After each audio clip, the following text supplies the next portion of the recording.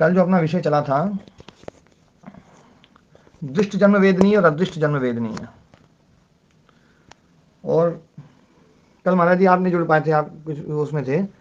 कल एक बात बहुत और जोर की, हाँ जाओ जी, हाँ एक बात बहुत जोर की थी।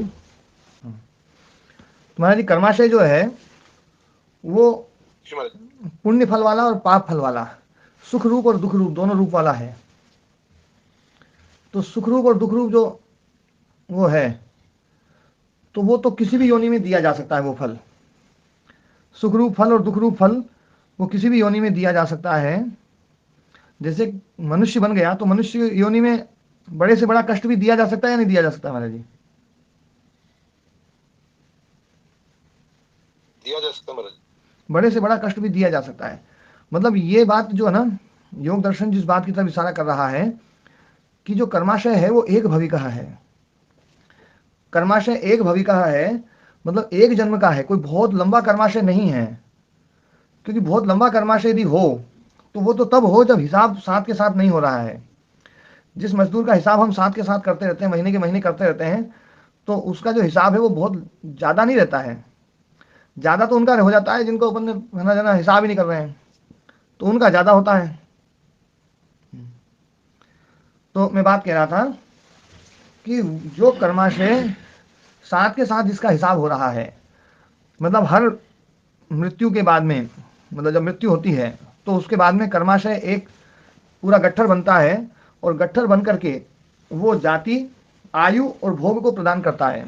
उसने जाति दे दी, मतलब जितने पुण्य थे उन पुण्यों के हिसाब से यदि पुण्य है ना जो है ना ज़्यादा है तो मनुष्य जाति मिल गई, और दूसरी जातियाँ पुण्यों के आधार पर अलग अलग प्रकार की जातियाँ मिल गई।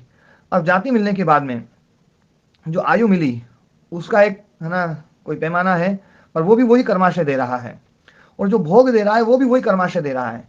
तो वो जो कर्माशय है यदि उसमें यूँ समझ लीजिए कि पाप बचे हैं, पाप बहुत सारे बचे हुए हैं, तो वो जो कर्माशय वो भोग है ना पुण्य वाला तो दे नहीं सकता, मतलब सुख वाला तो दे नहीं सकता। खूब यदि पाप बचे हुए हैं तो वो अच्छे से अच्छा दुख दे सकता है। वो कर्माशय जो है मनुष्य योनि में ही अपनी पूरी कसर निकाल सकता है, मैं ऐसा समझता हूँ। और आप लोग भी यदि है ना किसी को इसमें भ्रम हो या प्रश्न हो कि कर्माशय मतलब बड़े से बड़ा चाहे कितना ही मतलब वो हो, वो कर्माशय मनुष्य योनि में फलदायी नहीं हो सकता है, तो उसमें कोई प्रश्न हो तो पूछ सकते हैं। एक बार उस विषय में थोड़ी चर्चा करना चाहता हूँ क्योंकि ये चीज़ स्पष्ट होनी चाहिए। और कर्माशय जो है ना एक योनि में ही अपना पूरा फल दे सकता है, यदि वहां पर नया कर्माशय नहीं बना है तो वो दिया जा सकता है। ओम महाराज जी, हाँ ओम जी। जैसे किसी व्यक्ति ने विशेष पुण्य का कोई काम किया हम्म है ना, हम्म और वो दुनिया से चला गया, हम्म तो जितने लोग उसके उस कर्म से लाभान्वित होते रहेंगे तब तो क्या उनका पुण्य उसके खाते में नहीं जाता रहेगा? मेरा जी एक व्यक्ति के कर्म से जो लोग लाभान्वित होते हैं, ज़्यादा लोग लाभान्वित होते हैं, तो उसके उस कर्म में बहुत सारे लोगों का भी योगदान होता है, ये बिल्कुल पक्का है। जैसे जैसे मैं मान उदाहरण लीजिए देता हूँ, एक व्यक्ति मैं ने, उदाहरण देता हूँ, मैं उदाहरण देता हूँ एक। हाँ आप उदाहरण दे रहे हैं शायद ना, हाँ उदाहरण दीजिए। मैं कह रहा हूँ एक व्यक्ति ने पेड़ लगाया, हाँ।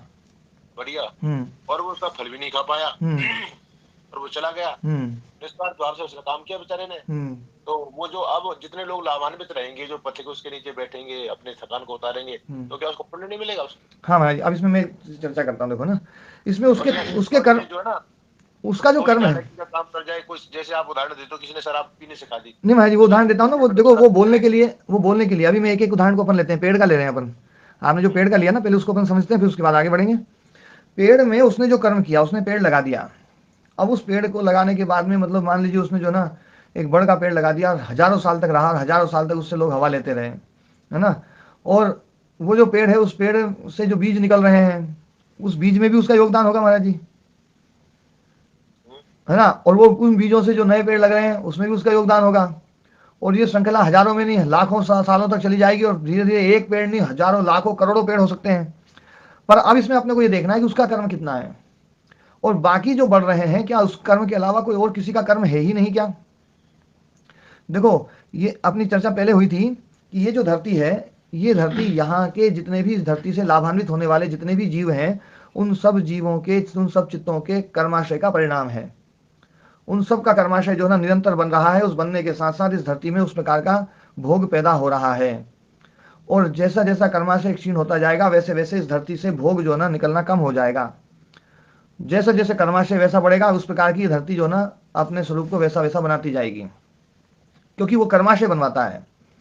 तो ये जो धरती है ये कितने सारे जीवों के कर्माशय का परिणाम है। तो वो जो पेड़ बढ़ रहा है उसको तो धरती बढ़ा रही ना, तो धरती बढ़ा रही है तो उन सब जीवों का कर्माशय उसमें सक्रिय है या नहीं है, यूं बताओ मुझे। ना उस सिद्धांत की दृष्टि से मानेंगे तो मानना पड़ेगा वो। केवल एक बीज है ना बो देना से महाराज जी कोई पेड़ बड़ा नहीं हो सकता है, और कोई एक व्यक्ति उसको बड़ा कर दे संभव नहीं है। उसमें कितने जीव जंतु काम कर रहे हैं, छोटे छोटे है ना कीट पतंग जो है ना, जैसे 1 इंच भूमि में यूं कहते हैं कि है ना 10 करोड़ है ना सूक्ष्म जीवाणु हैं। और वो जीवाणु जो है ना भोग में लगे हुए हैं, भोग योनि है वो। और वो भोग दिए जा रहे हैं किसको, अलग अलग चित्तों के जो जो चित्त है ना, जो उनका कर्माशय है, उन कर्माशयों के लिए वो 10 करोड़ जीव भोग प्रदान कर रहे हैं। अब वो जो भोग दे रहे हैं तो वो एक व्यक्ति का कर्माशय कैसे हो सकता है, वो पेड़ एक व्यक्ति का कर्माशय नहीं हो सकता। हाँ उसने लगाया है, प्रोसेस शुरुआत उसने कर दी है, ठीक है। मतलब ट्रेन की हरी झंडी किसी ने दिखा दी तो इसका मतलब वो हरी झंडी जिसने दिखाई है उस ट्रेन में यहां से लेकर के वहां तक जाएगी तो क्या केवल उसी का कर्माशय है। वो जो ड्राइवर चला रहा है, वो जो जितने है ना जो है हर रेलवे फाटक पर जो आदमी बैठे हुए हैं वो है ना ध्यान दे दे करके भैया ट्रेन आ रही है भैया पहले फाटक बंद करो, वो करेगा है ना, मेहनत करेगा वहां पर है ना जो है ताकि वो ट्रेन सुगमतापूर्वक जा सके। हर स्टेशन पर व्यक्ति ध्यान देते हैं, हर स्टेशन मास्टर से लेकर हर व्यक्ति भैया वो ट्रेन आ रही है चलो भैया उसकी पटरी खाली करो, उसकी पटरी को इधर जोड़ो, उस ट्रेन को इस वाली पटरी पे लाना है और ये करना है। कितने लोग उसमें लगे हुए हैं, बिजली वाला बिजली दे रहा है, सब दे रहा है। अपन ये सोचे भैया हरी झंडी दिखाई उसका ही कर्म मतलब वो कर्म है, तो ऐसा संभव नहीं है। तो जैसे हरी झंडी दिखाई ना ट्रेन में, बस उतना ही काम है महाराज जी पेड़ लगाने वाले का। बहुत ज्यादा जो है ना इसको यदि अपन मान लेना तो फिर बहुत अपन यूं रहेंगे कि भैया बहुत पुण्य कर लिया अपन ने, वो दिक्कत हो जाएगी।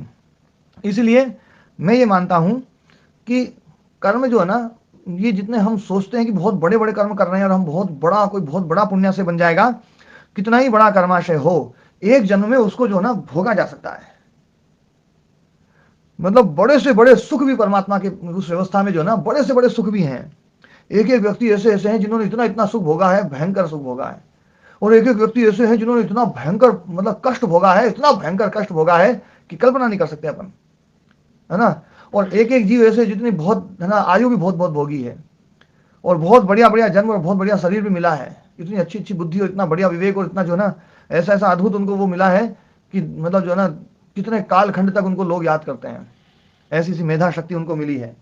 तो ये जो मतलब कर्माशय महाराज जी, मतलब ये जो अपन सोचते हैं ना कि कर्माशय जो है वो तो कई जन्म लगेंगे और हजारों करोड़ों साल तक भोगते रहो और हजारों करोड़ों जन्मों तक भोगते रहो तब जाके कर्माशय समाप्त होगा।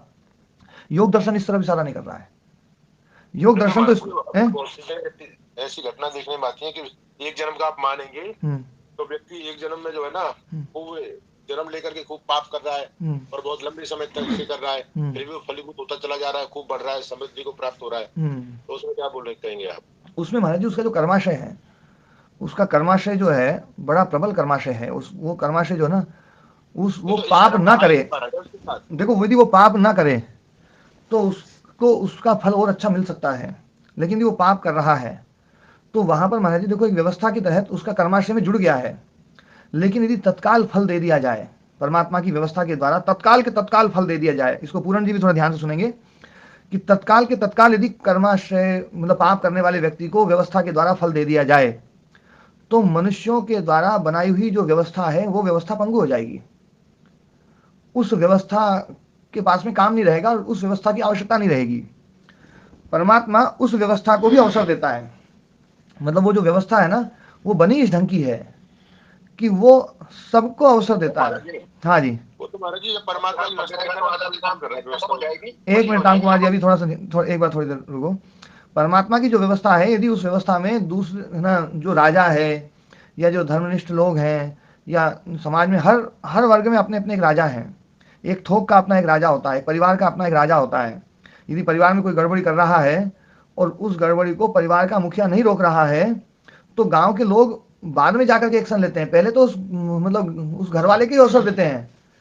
जैसे किसी बच्चे ने कोई गलती करी तो एकदम तत्काल गांव के लोग उसको दंड नहीं देते हैं, उसके पिताजी को बताएंगे बोले देखो यार ऐसे ऐसे कर रहा तुम्हारा बालक, पहले अवसर उसको दिया जाता है। ये एक सामाजिक नियम है, यही होना चाहिए। ऐसा नहीं है कि दूसरे जिसका मतलब वो जिसके अधीन है उसको अवसर ही ना दिया जाए पहले। वो व्यवस्था जो है ना, परमात्मा यदि पहले से व्यवस्था कर देता तत्काल वाली, तो मनुष्य की व्यवस्था की आवश्यकता नहीं पड़ती। मनुष्य की व्यवस्था में तो हजारों खामियां हैं। तो महाराज जी मनुष्य की व्यवस्था की कमी जरूरत नहीं पड़ती ना, तो मनुष्य फिर स्वतंत्र भी नहीं रहता। मनुष्य की जो स्वतंत्रता है ना, मनुष्य की जो स्वतंत्रता है उसके लिए यहाँ पर यह अवसर दिया जा रहा है। और बाकी देखो, स्वतंत्रता कहाँ बाधित हो रही महाराज जी? नहीं स्वतंत्रता बाधक हो जाएगी महाराज जी। स्वतंत्रता कि तुमने कर्म किया फट दो, है ना, जरा सा कुछ झूठ बोला फट मिला, है ना, तो वो तो फिर महाराज जी क्या हो जाएगा, मतलब जो है, मतलब जैसे अपन एक बच्चे का निर्माण करते हैं, तो बच्चे का निर्माण कभी भी महाराज जी दंड के बिल्कुल एकदम साये में, बिल्कुल उसके पीछे एकदम दंड लगा रहे भैया, तूने जरा सी गड़बड़ी कर तो एक टेका, और फिर जरा सी गड़बड़ी तो एक टेका, इधर देखा बोला ले, है ना, एक और, वो तो फिर जो है ना वो बालक मनुष्य नहीं बनेगा, यंत्र बनेगा।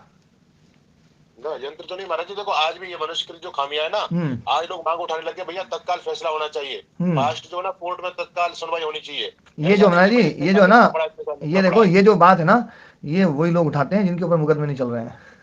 आपके ऊपर एक झूठा मुकदमा लगा देना, आपके ऊपर एक झूठा मुकदमा लगा दिया जाए, तो गड़बड़ा रहा ना उनकी वजह से। सुनो योगी सही, जी को क्यों पसंद करते हैं? योगी जी उनसे जल्दी फैसला कराते हैं, है ना, तो योगी जी की वाह हो रही पूरी दुनिया में। एक बात सुनो महाराज जी, राजा क्या, राजा जो है ना वो सुनवाई नहीं कर रहा, मर गई, पीढ़ी पे पीढ़ी खप गई, फिर भी इंसाफ नहीं आ रहा। ये व्यवस्था कौन सी जो है ना बुद्धि संगत और व्यवहारिक है? मैं तो महाराज जी, परमात्मा की व्यवस्था होती तो वो अच्छा था। महाराज जी मैं एक बात सुनो सुनो महाराज जी, आपका जो ये प्रश्न है ना, एक तो ये परमात्मा की व्यवस्था के ऊपर बड़े प्रश्न चिन्ह लगा रहा है। दूसरी बात महाराज जी जो है ना, जो आपने ये बात बोली ना योगी जी के राज्य की, ऐसी बात देखो, जो अनावश्यक देरी होती है उसको तो कोई भी स्वीकार नहीं करेगा, उसको मैं भी स्वीकार नहीं कर रहा हूँ। लेकिन अक्सर कई बार ये होता है कि हमने मीडिया में बात सुनी, और मीडिया में बात सुन करके और तत्काल पूरे है ना समाज में एक आक्रोश हो जाता है कि भैया इस आदमी को तो जो है ना अभी सूली पे चढ़ा देना चाहिए, अभी सूली पे चढ़ा देना चाहिए। और फिर कई बार जो है ना उस पर जब वो होता है ना, जो है उसकी खोज होती है, उसमें सच्चाई सामने आती है, तो पता चलता है कि वो तो निर्दोष था बेचारा, वो तो बिल्कुल उसमें जो है ना कोई वो नहीं था, दूसरे आदमी ने गड़बड़ करी है। ऐसा बिल्कुल है ना, मतलब जैसे कई केस आए कि बेटे ने बाप को मार दिया, दूसरे को फंसा दिया, और इतना मतलब खतरनाक तरीके से मारा, और दूसरे आदमी फंसे और उसको सब लोग गाली दे रहे हैं, सब बहुत खतरनाक मान रहे हैं। और फिर बाद में पता चला कि भैया जो है ना ये तो रे तो है ना जो है ना केस ही जो है ना मतलब उल्टा था, तो इसके लड़के नहीं मारा इसको। तो उस समय थी ना जल्दबाजी में निर्णय जो है वो गलत हो जाते हैं। फिर भीड़ के हिसाब से निर्णय नहीं होते महाराज जी, भीड़ के हिसाब से निर्णय नहीं होते हैं। नहीं एक बात सुनो, भीड़ के हिसाब से निर्णय नहीं होते हैं। निर्णय जो है ना, जो व्यक्ति है अल्पज्ञ है तो उसको थोड़ा समय भी लगता है, और उसमें हाँ अनावश्यक देरी नहीं करनी चाहिए। और जिस दिन महाराज जी मैं आपको एक बात और बता दूं, योगी जी के ये जो निर्णय हैं, ये जो तत्काल तत्काल कर रहे हैं, जो तत्काल तत्काल निर्णय किए जा रहे हैं, वो विवेक की दृष्टि से अच्छी छानबीन करके निर्णय लिए जा रहे हैं, तो सब समाज सराह रहा है। जिस दिन जल्दबाजी में यदि एक दो केस भी ऐसे हो गए जिसमें मतलब जो है ना मतलब जो बेकसूर आदमी है और उसको बहुत भयंकर दंड दे दिया जाएगा, तो उसमें लोग उसके ऊपर प्रश्न चिन्ह उठाना शुरू कर देंगे कि भैया इसमें थोड़ा सा विचार किया जाए। अभी तो क्या है, जो अपने विरोधी हैं, मतलब ऐसी जाति जो विरोधी जाति है, ऐसे उनके मकान टूट रहे हैं, वो हो रहा है, तो कोई दिक्कत नहीं है। लेकिन जिस दिन है ना जल्दबाजी में कोई आर्य समाज मंदिर तोड़ दिया, यूं कर दिया ना, उस दिन आगे बोले ये तो बोले बोले बाबा बह गया ये हकीकत है महाराज जी। तो इसलिए देखो, इसमें समाज को अवसर मिलना ही चाहिए, ये व्यवस्था है। और समाज को अवसर मिलने के बाद में हर व्यक्ति को अवसर मिलता है। जब हर व्यक्ति नहीं कर रहा तो उस वो जो पाप है, उस पाप में वो लोग भी सम्मिलित होते हैं फिर, और वो लोग भी सम्मिलित होते हैं, उन सबको दंड मिलता है फिर व्यवस्था के द्वारा। व्यवस्था के द्वारा सबको दंड मिलेगा। जैसे प्राचीन भारत की मैं बात बताऊं कि यदि कोई बालक गलती कर रहा है और उसका पिता उसको दंड नहीं दे रहा है, तो एक बार दो बार तीन बार जब ज्यादा गलतियां हो गई, तो फिर समाज दंड देता था। तो केवल बालक को दंड नहीं देता था, वो उसके पिता को भी दंड देता था कि तूने इसको रोका नहीं है ना, जो है ना उसके पिता को भी जो है ना मतलब जो है ना मतलब दंड दिया जाता था, अच्छा अच्छा दंड दिया जाता था। इसलिए ये कहावत आपने सुनी होगी पहले से ही कि भैया जो है ना बच्चों को जो है पिता ये बोलते थे, बोले मेरी नाक मत कटवा देना। आज वो चीज़ खत्म हो गई, लेकिन व्यवस्था पहले जो थी ना वो यही थी भैया, बालक जो है ना, बालक को शुरू से ये डराया जाता था कि तेरा हर कर्म हमें है ना प्रभावित करेगा, हमारी नाक कटेगी या हमारी है ना जो है ना मूंछ ऊंची होगी, या हमारा जो है ना सिर ऊंचा होगा, या बोले मेरी गर्दन नीचे मत करवा देना, ये तक बोलते थे, है ना। तो हाँ ओम जी, हर दोस्त का मालिक मुखिया कोई माना गया है समाज में, पिता कोई माना गया है, वहीं से सारा सिस्टम चलता है। हाँ तो जैसे पिता है ना, वैसे ही पिता के बाद में फिर गांव दोषी है। गांव का जो मुखिया है वो दोषी, हर जगह मुखिया देखो, फिर पहले ही व्यवस्था में हर जगह मुखिया था, फिर गांव के बाद में फिर एक छोटी जो रियासत होती थी उसका जो मुखिया होता था वो दोषी होता था, फिर उसके बाद में बड़ी रियासत वो दोषी होता था, फिर उसके बाद में जो एक भूमंडल एक उसका राजा जो है एक द्वीप का वो, और फिर चक्रवर्ती राजा वो दोषी होता था। इसलिए कहा जाता था कि यदि यदि मतलब ये कहा जाता था कि राजा के राज्य में यदि चोरी हो रही है तो उस वो पापी है। इसलिए राजा घोषणा किया करते थे कि मेरे राज्य में कोई चोर नहीं है, मेरे राज्य में कोई वो नहीं है। उससे राजा की क्या बड़ाई हुई, चोर नहीं है तो मेरा समाज अच्छा है, तेरी क्या मतलब विशेषता हो गई। और विशेषता उसकी यही थी कि वो इस बात का ध्यान रखता था, ये उसका कर्तव्य था, वो अपने काम को कर रहा था। तो इसलिए ये व्यवस्था तभी सही चल सकती है, इसमें तत्काल तत्काल दंड देने से तो व्यवस्था वो हो जाएगी, फिर दूसरे आदमी को अवसर नहीं मिलेगा, दूसरे आदमी का निर्माण नहीं हो पाएगा। ये निर्माण की एक प्रोसेस है, इसमें और विचार किया जाए। पर महाराज जी मेरी अपनी जो चर्चा चल रही थी ना, वो चर्चा ये चल रही थी कि एक जन्म का ये मतलब जो कर्माशय है ना, वो एक जन्म में भी उसका फल दिया जा सकता है। इसके बारे में अपन चर्चा करें अभी, इसमें कोई प्रश्न हो तो बताइए। ओम महाराज जी। हाँ ओम जी, प्रणाम महाराज जी। हाँ प्रणाम जी। महाराज जी यदि एक अगर ये तुरंत वाली व्यवस्था बन जाए तो फिर इसमें भोग तो होता रहेगा, लेकिन अपवर्ग के लिए अवसर ही नहीं मिलेगा। तो इन दोनों को यदि साथ में, क्योंकि भोगार्थम दृश्य में है, तो ये सारी सृष्टि का निर्माण दोनों उद्देश्य के लिए है, तो एक उद्देश्य पूरा तो करना नहीं, दोनों उद्देश्य पूरे करने हो। अभी अपन जिस विषय को मैंने छोड़ने का लिए कहा ना, उस विषय को छोड़कर अभी ये बात पे अपन चर्चा करेंगे कि एक मतलब कर्माशय एक जन्म में फल दे सकता है या नहीं दे सकता है। इसमें स्वामी जी कुछ कर्म ऐसे होते हैं जो नीच योनि में जाके मिलते हैं, तो फिर वो तो नीच योनि में जब मिलेगी तब हमें भोगना पड़ेगा ना, फिर एक जन्म में कैसे वो सिद्ध हो गया। हाँ जी, ये प्रश्न देखो आया है, ये प्रश्न बिल्कुल ठीक है गुरुजी की, फिर तो नरक और स्वर्ग की जो कल्पना है वो फिर व्यस्त रह जाएगी सारी। हाँ, तो इसमें अपन बात करते हैं। देखो ना, ये जो बात कही जाती है कि कुछ कर्म ऐसे हैं जो नीच योनि में जाकर के उसका फल मिलेगा, या कुत्ते योनि में मिलेगा या उसमें मिलेगा। मैं आज इसमें थोड़ा सा है ना जो सैद्धांतिक रूप से है ना वो दे रहा हूँ, वो उस पर विचार करना। किसी भी योनि में कोई भी कर्म मिले उसका फल जो है ना दुख रूप ही होता है। दुख रूप होता है, ये पक्का है या नहीं है? हाँ जी। चाहे नीच योनि मिले चाहे किसी भी योनि मिले, तो उसको कष्ट मिलना है, बस वही तो दंड है, उसको कष्ट मिले। तो वो कष्ट तो मनुष्य योनि में भी दिया जा सकता है। नहीं महाराज जी, कुछ कष्ट ऐसे हैं जो मनुष्य योनि में सहन नहीं हो सकते। भैया संभव ही नहीं है, संभव ही नहीं है। आप मतलब उसको कष्ट जो है ना, जितना कष्ट आप वहां दे सकते हो उतना ही कष्ट यहाँ भी दिया जा सकता है। नहीं गुरुजी, कुछ मनुष्य शरीर की कुछ अपनी सीमाएं हैं, उन सीमाओं से बाहर वो कष्ट को सहन नहीं कर पाता। देखो, उस कष्ट को सहन करने का मतलब जो है ना, जितना कष्ट जो अंतिम जो है ना वो है, वो भयंकर कष्ट हो रहा है, वही कष्ट उसमें उसको हो रहा है। आप एक बात बताओ, जिसको सहन हो रहा है, मान लीजिए दंड क्या हुआ, आपने ठंड में आपने कपड़े खुलवा दिए, वही तो दंड होगा। गर्मी में ना कपड़े खुलवा दिए तो सहन कर रहा हो तो।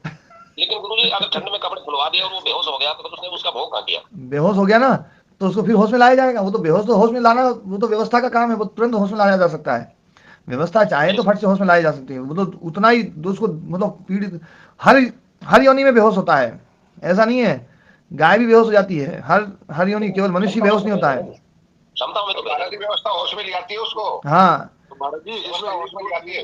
हाँ, ये भी आएगा कि मनुष्य योनि सब सर्वश्रेष्ठ मानी गई है। हाँ, ठीक है, तो जैसे कोई चूहा की योनि में चला गया तो योनि खत्म के बाद फिर सीधा मनुष्य बनेगा, उसका एक योनि में उसका दंड खत्म।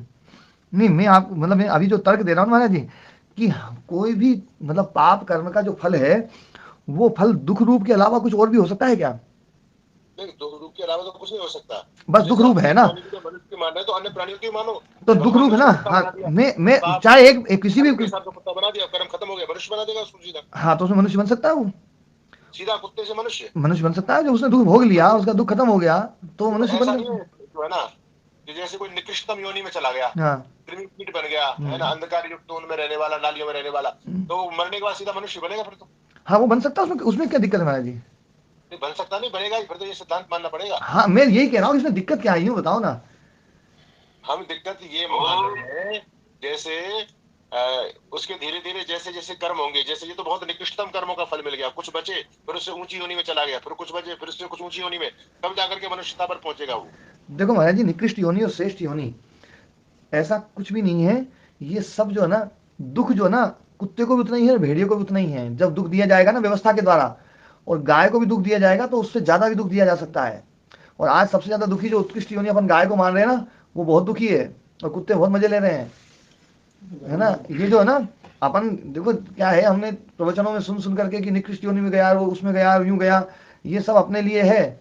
अपन जिन चीज़ों को नहीं खाते हैं, नाली बहुत गंदी लगती है अपने को, नाली का पानी नहीं पी सकते, तो जो नाली का पानी पीने वाला है बहुत निकृष्ट है, उसमें बहुत वो है, ये सब अपने लिए है, उसके लिए कुछ भी नहीं है, वो नाली मस्त है।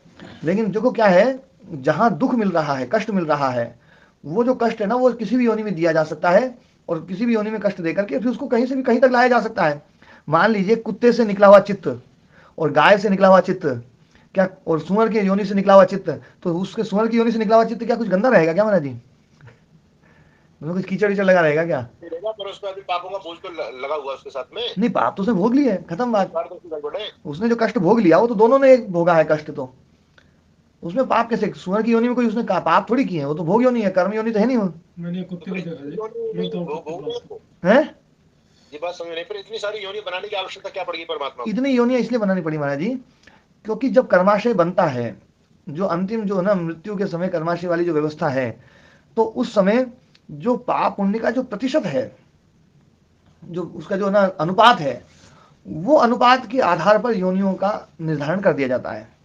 लेकिन उसमें बस यही रहेगा कि ये जो ना इस योनि में जाएगा तो इस योनि में इतना दुख इसको मिलना है, और इतना इसने अच्छा कर रखा है, इसको इतना है ना जो ना सुख भी वहां पर मिल जाएगा। हर योनियों में सुख भी है, यूं थोड़ी दुख ही दुख है, योनियों में सुख भी है, योनियों में दुख भी है, सुख और दुख भुगवाया और फिर मनुष्य बना दिया, और फिर जो ना उसको अपने कर्म करते जाओ और बनाते जाओ, करते जाओ काम। हाँ जी, पूरन जी कुछ बोल रहे थे, पहले पूरन जी की सुनेंगे। हाँ जी पूरन जी। ओम प्रणाम गुरु जी। हाँ प्रणाम जी। पहली बात तो ये गुरु जी की एक कर्माशय का जो दंड है वो एक योनि में नहीं भुगवाया जा सकता। हाँ क्यों? होता तो योनियां होती नहीं, या तो परमात्मा गलती कर रहा है या आप बताने में गलती कर रहे हो। नहीं मतलब उसका तर्क दो ना कि वो एक योनि में चीजें तर्कहीन होती हैं गुरु जी। कितने कर्म होते हैं, किस योनि में भोगेगा वो परमात्मा जानता है, आप और मैं नहीं जान सकते जी। मैं इस बात को अपनी भाषा में संतुष्ट कर दें कि भाई शेर का जो दंड है वो मनुष्य जीवन में दिया जा सकता है, मनुष्य भटका भरने लग जाएगा तो ठीक है, मान लेते हैं। नहीं देखो एक बात है पूरन जी, भटका भरना या ये भरना ये कोई दंड नहीं है। दंड तो देखो या तो मतलब ये भी दंड है गुरु जी, वो बेचारा भटका भर के खाता है, हाँ हाथ से नहीं खाता वो। हाँ साहब है वो चलता है, मनुष्य नहीं चल सकता गुरु जी। अच्छा देखो एक बात है पूरन जी, इसमें थोड़ा सा और विचार करना। मैं जो बात बोल रहा हूँ कि योनियां इतनी विभाग की गई है, मैं उसका कभी भी खंडन नहीं कर रहा हूँ, मेरी इस बात से खंडन उस बात का नहीं हो रहा है। मैं तो इस बात का वो कह रहा हूँ कि यदि कोई किसी ने पाप किया है ना, तो उस पाप का फल उसको दुख मिलेगा ना। हाँ दुख मिलेगा। ज्यादा बड़ा पाप किया है तो ज्यादा दुख मिलेगा, और भयंकर पाप किया है तो और ज्यादा मिलेगा, पर दुख ही मिलेगा। दुख के अलावा और कुछ नहीं है। पाप का जो फल है ना वो दुख है बस, यूं नहीं है कि दुख के अलावा कुछ और मिले। हाँ बिल्कुल सही बात है गुरु। हाँ अब पुण्य किया तो उसको क्या मिलेगा? सुख मिलेगा। ज्यादा किया तो ज्यादा मिलेगा, और ज्यादा किया तो और ज्यादा मिलेगा। तो वहां पर मतलब सुख का वो है, पर सुख के अलावा कुछ नहीं मिलेगा। ठीक है, सुख और दुख, अब ये दो ना अपने वो हो गए कि जितने भी हमने कर्म किए हैं उन सारे कर्मों को अपन ने पोटली बना ली, और उस पोटली के आधार पर ये निर्णय हो गया कि भैया इसमें है ना, इसमें मतलब 100 रुपए का तो सुख है इसके पास में, और 87 रुपए का दुख है ना। तो एक व्यवस्था तो ये हो जाती है कि उसमें कटपिट करके वो कर दिया जाता है, या एक व्यवस्था ये बना दी जाती है कि इसके जीवन को चलाने के लिए, दुख भोगने के लिए जीवन को चलाया जाएगा, और उस जीवन को चलाने के लिए इतना भोग देना पड़ेगा, तो इतना भोग देने के लिए इसका इतना पुण्य तो जरूरी है, तो इतना पुण्य तो रख लिया। बाकी जो पुण्य था उसका सुख दुख के साथ में जो सुख था उसको काट पीट करके जो बचा वो उसको सुख या दुख के रूप में उसको उसके कर्माशय के आधार पर उसको दे दिया गया, वो अपना भोग करेगा। संभव ही नहीं है गुरु जी, काटपीट संभव ही नहीं है। नहीं काटपीट तो संभव है, ये तो दर्शन कह रहा है इस बात को। नहीं कहाँ कह रहा है, थोड़ा बताओ मेरे को। हाँ दर्शन तो देखो, ये 100 रुपए का पुण्य क्या, 110 रुपए का पाप क्या, 100 काट लो 10 का दे दो केवल। नहीं आप एक बात बताओ, आपने किसी को 10 रुपए दिए है ना, और उसने आपको 20 रुपए दिए, अब आप उसको कितने रुपए दोगे? नहीं ये मनुष्य जीवन का सिद्धांत वहाँ लागू नहीं होता है गुरु जी। देखो ये का ये सिद्धांत जो है ना, देखो गुरु जी तो मैं मानता हूँ एक मिनट, हाँ मेरा जो जन्म हुआ है ना तो मुझे दुख मिलना ही मिलना है, ये शरीर का दुख का कारण है। सुख इसमें क्या मिल रहा है वो अलग बात होगी। तो आप इसको काट पीट कैसे कर दोगे बताओ? भूख तो मुझे लगेगी, रोटी भी मुझे खानी पड़ेगी। देखो मैंने जो पुस्तक दी, योग दर्शन की पुस्तक आपने वो प्रिंट करवाई है नहीं करवाई है? हाँ है मेरे पास। हाँ खोलो उसको, या मैं पढ़ के सुनाऊं तो वहाँ आप मैं हाँ वह कर्माणी हाँ वेदितव्ये पाप कस्य को राशि, ऐसे कुछ लिखा हुआ। ठीक है ठीक है। वेदे होय कर्माणि वेदितव्ये पाप कस्य एको राशि पुण्य कृतोपहन्ति, ये ना? हाँ, इससे बिल्कुल ठीक पहले वाला वाक्य है, तत्र कृतस्य अविपक्वस्य नाशो यथा शुक्ल कर्मोदयात् यही नाशः कृष्णस्य। ये मिल गया? इस वाक्य का मैं अर्थ सुना रहा हूं, देखो। तत्र कृतस्य, जो किया हुआ, कृतस्य अविपक्वस्य, जिसने अभी फल नहीं दिया है, अभी विपाक नहीं हुआ, जिसका फल नहीं दिया है, अविपक्वस्य, जो किया हुआ है और फल नहीं दिया हुआ है, ऐसा वो कृष्णस्य, देखो सबसे अंतिम में कृष्णस्य दिया है, कृष्णस्य, उस कृष्णस्य का संबंध इसके साथ लगेगा। जो किया हुआ अविपक्व काला कर्म मतलब पाप कर्म, उसका नाश हो जाता है यथा शुक्ल कर्मोदयात् यही, जैसे शुक्ल कर्म का उदय हो गया, तो शुक्ल कर्म से मतलब आपने कोई ना किसी के साथ में अपकार कर दिया, किसी का कोई आपके द्वारा नुकसान हो गया और आपने उसकी भरपाई कर दी, है ना, पुण्य कर्म के द्वारा, तो वो जो वो था आपका कृष्ण कर्म, वो नाश हो जाएगा। ये पहला पक्ष है। 3 पक्ष दिए इसमें। देखो इससे ऊपर वाली लाइन जो ना, इससे ऊपर वाली लाइन से देखो, ये देखो त्रयी गति ही लिखा हुआ है, यो ही अदृष्ट जन्म वेदनीयो अनियत विपाकः तस्य त्रयी गति ही लिखा हुआ है ना? तो उसमें देखो ये लिखा, पहला त्रयी गति मतलब 3 गतियां हैं। पहली गति क्या है? कृतस्य अविपक्वस्य नाशः, कर दिया है, अभी फल नहीं दिया लेकिन फिर भी नाश हो जाएगा। किसके द्वारा नाश हो जाएगा? शुक्ल कर्म के द्वारा। और शुक्ल कर्म खुद भी नष्ट हो जाएगा, मतलब उसका पुण्य नहीं मिलेगा आपको। बोलो ये पाप कट गया तो वो पुण्य नहीं मिलेगा। तो पहला तो ये है। दूसरा है प्रधान कर्मण्यावपगमनम वा, प्रधान कर्म में मिलकर के वो खुद ही समाप्त हो जाएगा और प्रधान को जैसे थोड़ा सा कम कर देगा। जैसे अपने मीठा जो है, बहुत सारा अपन ने मीठा घोल रखा, उसमें थोड़ा सा अपन ने कड़वा डाल दिया, तो कड़वा डाल दिया तो कड़वा जो है ना वो पता नहीं चलेगा, लेकिन कड़वे जितना कड़वा डाला था अपन ने उतना अंश तो वो मीठे का काटेगा ही काटेगा, तो उतना मीठा कम कर देगा लेकिन वो प्रधान में मिल जाएगा बस। तो एक तो ये है। और नियत विपाक प्रधान कर्मणाभिभूतस्य वा चिरम अवस्थानम, या फिर वो उसमें पड़ा रहेगा और लंबे समय तक उसके बाद में फल देगा। तो ये जो है ना 3 स्थितियां बताई है कर्म की, तो तीनों को स्वीकार किया है यहाँ पर। ये केवल मनुष्य योनि के लिए है गुरुजी? नहीं, ये तो कर्माशय के लिए है। मनुष्य योनि, उसमें पशु योनि कुछ नहीं, ये कर्माशय के लिए है। ये सारी की सारी जो बात बताई जा रही है ये कर्माशय की बात बताई जा रही है, क्योंकि ये सूत्र जो ना कर्माशय के ऊपर है, जो जाति आयु भोग के रूप में देता है। देखो ये 13वां सूत्र का सूत्र देखो, सती मूले तद विपाको जाति आयु भोगा, है ना? ये तद विपाक जो कर्माशय है, क्योंकि उससे पहले जो सूत्र था ना वो कर्माशय की बात कर रहा था। क्लेश मूलः कर्माशय दृष्टादृष्ट जन्म वेदनीय, क्लेश मूल जो कर्माशय है, जो दृष्ट जन्म वेदनीय और अदृष्ट जन्म वेदनीय, और वो क्लेश के मूल होने पर उसका जो विपाक है, कर्माशय का जो विपाक है वो जाति आयु भोग के रूप में होता है। कर्माशय का जो विपाक है वो जाति आयु भोग है, और वो जाति आयु भोग जो देता है तो उसकी 3 गति है कि या तो पहले किया हुआ है दूसरे के द्वारा नष्ट हो जाएगा, है ना? थोड़ा सा पाप कर्म किया है और पुण्य कर्म कर दिया तो उसके द्वारा नष्ट हो जाएगा, वहीं के वहीं काम मामला फिट हो जाएगा। और है ना जो है दूसरा ये भैया प्रधान कर्म में थोड़ा सा वो किया गया है तो प्रधान कर्म का थोड़ा सा भाग भले खत्म हो जाएगा लेकिन वो उसमें अभिभूत हो जाएगा, है ना? और तीसरा ये है कि वो किसी से मिल नहीं सकता, किसी से कट नहीं सकता है, लेकिन अभी वो फल देने की स्थिति में नहीं है तो उसमें पड़ा रहेगा, वो फल दे देगा बाद में। ये स्थिति है। ये 3 प्रकार की गति इसमें बता दी गई है। ठीक है पूरण जी? हाँ ठीक है गुरुजी। अब इसमें अपन एक बात अब यहाँ लेकर के आते हैं। आपने देखो यहाँ पर जैसे मान लीजिए किसी व्यक्ति ने किसी की चोरी करी, किसी व्यक्ति ने किसी की चोरी करी, पूरण जी? हाँ सुन रहा हूँ। हाँ जी, बताते। अब उसके 2-3 प्रक्रिया है। चोरी कर्म करने के बाद में उसको या तो जो है ना राजा भी दंड नहीं दे पाया, पुलिस भी दंड नहीं दे पाई, समाज भी दंड नहीं दे पाया, और वो व्यक्ति ने खुद भी दंड नहीं लिया, तो वो है ना उसके लिए व्यवस्था है, वो व्यवस्था जो है ना वो उसको दंड देगी। लेकिन मान लीजिए राजा ने उसको पकड़ लिया और राजा ने पकड़ करके उसने जितना पाप किया था उसके हिसाब से उसको दंड दे दिया, तो क्या भगवान फिर से दंड देगा उसको? नहीं देगा गुरुजी। नहीं देगा। मतलब देखो राजा की उससे यहां पर उसका पाप कट गया, व्यवस्था को जरूरत नहीं पड़ी। फिर एक बात और पूछता हूं मैं, राजा से पहले उसको दंड जो है ना गांव वालों ने मिलकर के दंड दे दिया, ये विवाद, ये विषय नहीं है गुरुजी। नहीं, मैं अभी मैं विवाद वहीं आ रहा हूँ, वहीं पहुंचूंगा सीधा का सीधा। समाज ने दंड दे दिया तो राजा उसको दंड नहीं देगा, बोले भैया समाज ने दे दिया, इतना दंड था इसका, ठीक है ना। यदि समाज ज्यादा दे देगा तो राजा कहेगा भाई तुमने ज्यादा दे दिया, गलत है, उसकी भरपाई करो। कम दिया है तो राजा उसको ठीक कर देगा। लेकिन मान लीजिए जो ना उसने सही समाज ने सही दे दिया है तो दंड नहीं दिया जाएगा। फिर समाज की बात नहीं, पिता ने पहले ही दे दिया तो समाज भी दंड नहीं देगा, बोले पिता ने बहुत बढ़िया दंड दिया इसको, है ना, जो ना अब इसको दंड मत दो, इसको बढ़िया दंड दे दिया इसके बाप ने। ये होता है कि नहीं होता ऐसा? होता है गुरुजी। और मान लीजिए पिता से पहले वो खुद ही उसको समझ में आ गई यार मैंने बहुत ही गड़बड़ कर दिया, उसने अपने आप को ही दंड जो ना जो पिता देना चाह रहा था उससे पहले अपने आप को उसने खुद ही दंड ले लिया, तो अब पिता दंड देगा क्या? ना, नहीं देगा गुरुजी। तो ये है बुरे कर्म के द्वारा वो कट गया, गर्दन काट दिया तो फिर क्या करेंगे?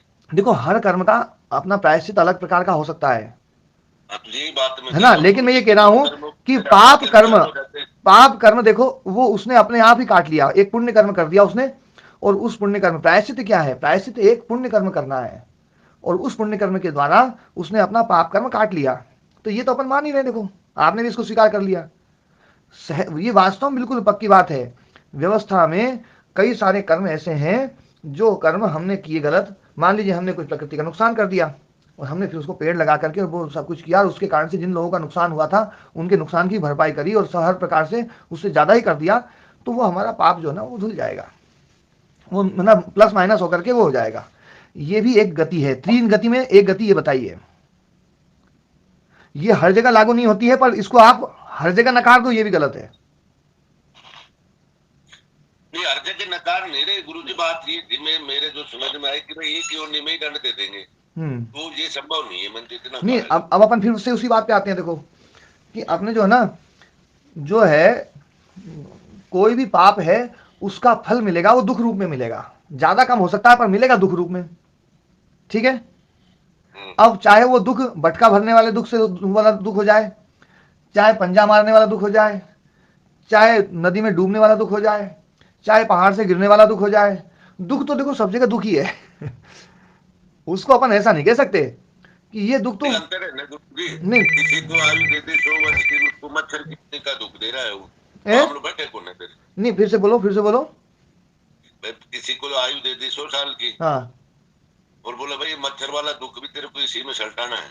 नहीं, मच्छर वाला जो देखो दुख तो दुख है, उसमें मच्छर वाला कोई वो ऐसा नहीं है, दुख तो दुख है। अंतर नहीं होता, मैं मानता हूँ गुरुजी कि फिर ये योनियां बनाने की आवश्यकता नहीं। फिर तो देखो, फिर तो एक बात है, देखो राम पूरण जी, कि जो यदि हम ऐसे योनियों के आधार पर देखेंगे तो जाति के आधार पर की बाद में देश भी उसमें निश्चित होगा और फिर काल भी होगा। आप फिर ये भी कह सकते हो कि जो दुख सुबह सुबह दिया जा सकता है ना, वो दोपहर में नहीं दिया जा सकता फिर, और जो दुख वसंत ऋतु में दिया जा सकता है वो दुख उसमें नहीं दिया जा सकता, और फिर जो दुख कलयुग में दिया जा सकता है वो सतयुग में नहीं दिया जा सकता, और फिर जो दुख, अभी सुनो सही, मैं आगे बढ़ रहा हूं, आगे बढ़ने में आपकी ये बात कट जाएगी। फिर जो इस मनवंतर में दिया जा सकता वो उस मनवंतर में नहीं दिया जा सकता, और फिर जो इस कल्प में दिया जा सकता वो उस कल्प में नहीं दिया जा सकता। मान लीजिए मैंने कोई ऐसा पाप कर दिया जो इस कल्प में दिया ही नहीं जा सकता, समय का भी निर्धारण कर लेंगे फिर तो अपन। जब आप जाति की बात कर रहे हो तो समय का निर्धारण होता ही नहीं है, और फिर स्थान का भी निर्धारण, काल निवारण नहीं कर सके। देखो फिर स्थान का भी निर्धारण करेंगे अपन कि भैया ये दुख तो मुझे इसी कमरे में मिल सकता है, मैं इस कमरे को छोड़ के चल जाऊं, परमात्मा देखता है, बोले इस कमरे में कब आएगा, फिर दूंगा इसको दंड। अब वो तो स्थान दुख जो है ना, वो तो इस कमरे में दे दो चाहे उस कमरे में दे दो, दुख दुख है, कहीं भी दे सकते हो, और वो सुबह दे दो चाहे शाम को दे दो, दुख तो दुख ही है, दुख देना है। कैसे? देखो इसका जो फल है ना, इसका जो फल है, एक मिनट ना, इससे अगला वाला सूत्र देखो ना, जो है कुल मिला के गुरुजी आपकी बात नहीं, वो जचेगी, मैं उसी जचा रहा हूं। इससे अगला वाला सूत्र देखो पूरण जी, इससे अगला वाला सूत्र है ते ह्लाद परिताप फलाहा पुण्य पुण्य हेतुत्वात्, है सूत्र, देखा आपने? तो देखो ह्लाद और परिताप फल, दो ही फल है बस, ह्लाद और परिताप। ह्लाद मतलब सुख और परिताप मतलब कष्ट दुख, वो है ना, बस दो ही रूप में फल है। वो जाति आयु भोग जो है, वो जाति आयु भोग वाले सब समझाया, खूब समझाया, वो समझा करके बोल दिया, बोले देखो जाति आयु भोग वाले जो फल है वो या तो ह्लाद वाले होंगे या परिताप वाले होंगे। ऐसी जाति दे दी जाएगी जिसमें दुख होगा, या ऐसी जाति दे दी जाएगी जिसमें सुख होगा। ऐसा रंग ऐसा रूप दे दिया जाएगा जिसमें सुख होगा, या ऐसा रंग रूप दे दिया जाएगा जिसमें दुख होगा। ऐसी बुद्धि दे दी जाएगी जिसमें दुख होगा, या ऐसी बुद्धि दे दी जाएगी जिसमें सुख होगा। ऐसे हाथ पांव दे दी जाएगी जिसमें दुख होगा, या ऐसे हाथ पांव दे दी जाएंगे जिसमें सुख होगा। सुख और दुख के अलावा तीसरा कुछ है ही नहीं, है ना। तो बस ये जो है ना, जब ह्लाद और परिताप हो गया ना, तो ह्लाद परिताप फिर वो चाहे जबड़े वाला हो, चाहे पंजे वाला हो, चाहे मच्छर वाला हो, चाहे किसी वाला हो, योनियों में तो आपको भेज दिया। योनियों में भेजने के बाद में आपको दुख किसी भी योनि में गुरु जी की फिर योनि में भेज क्यों रहे भाई? आदमी बना जाए और मैं दिया जाऊं? नहीं, देखो योनि, एक योनि जो है ना, वो भी मैं वो बताता हूँ ना, उसका कारण तो बता दूंगा मैं। पर बाकी ये तो आप लोग मान लो कि दुख जो है ना, कोई सा भी पाप है, उस पाप का दुख वो यदि हाथी बना हुआ है तो उसमें भुगाया जा सकता है, शेर बनाया हुआ है तो उसमें भुगाया जा सकता है। ऐसे ऐसे शेर भयंकर दुखी जो है ना, बिल्कुल एकदम उनकी कमर टूट जाती है, और कमर टूट गई और बस इतने घसीटते रहते हैं ना, बहुत ही कष्ट पाते हैं, भयंकर कष्ट पाते हैं। और ऐसे ऐसे हाथी भी देखे बहुत भयंकर कष्ट पाते हैं, है ना, जो है। और ऐसे है ना हर, हाँ जी, कह दो गुरु जी दुख तो भुगवाया जा सकता है, क्यों लगाते हो, शक क्यों पैदा करते हो? फिर ये कह दो वो वहीं भोग लेंगे। दुख भुगवाया जा सकता है, मैं ये बात इसलिए बोल रहा हूँ क्योंकि दुख जो है ना, बात बोल रहा, अगर जा सकता तो योनियों की आवश्यकता नहीं पड़ती। हाँ, योनियों की आवश्यकता वाला मैं उदाहरण अभी लूंगा बाद में, पर मैं अभी आपको ये समझाना चाह रहा हूँ कि हर कर्माशय का जो फल है वो या तो दुख रूप में होगा या सुख रूप में होगा।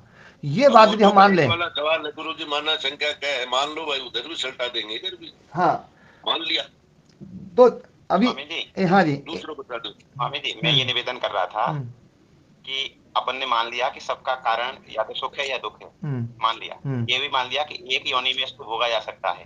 फिर अगला प्रश्न जो खड़ा हो रहा है, उस पर अपन स्वामी जी चाह रहे थे कि ये 84 लाख योनियों की एग्जिस्टेंस है, आवश्यकता है, उसको कैसे जस्टिफाई करें। हाँ, वो मैं आवश्यकता उस पे आऊंगा ना पहले में, पर पहले मैं उससे आने से पहले मैं ये तो समझाना चाह रहा हूँ कि फल जो है ना वो दो ही रूप है बस, दुख रूप या सुख रूप।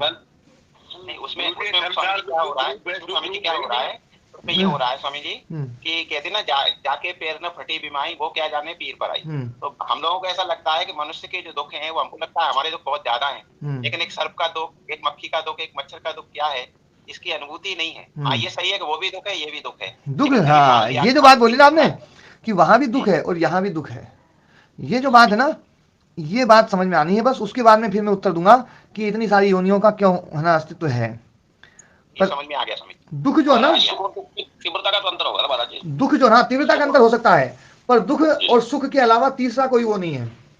पहले इसको, इस बात को क्लियर कर ले हम कि दुख और है ना, हम भी यही कह रहे हैं कि सुख दुख के अलावा कोई दूसरा है ही नहीं। और पहली बात तो ये संसार दुख स्वरूप है, आपने बता दिया, यहाँ सुख है ही नहीं। मतलब देखो, मैंने ऐसे ऐसे आदमियों को देखा है कि भयंकर कष्ट। अब देखो जैसे कल है ना, जो ना एक कल की वो समाचार में आया कि एक एक्सीडेंट हुआ, और एक्सीडेंट में गाड़ी के नीचे एक लड़की फंस गई और 4 किलोमीटर तक वो घिसती गई, 4 किलोमीटर तक घिसती और मतलब घिसते घिसते मर गई।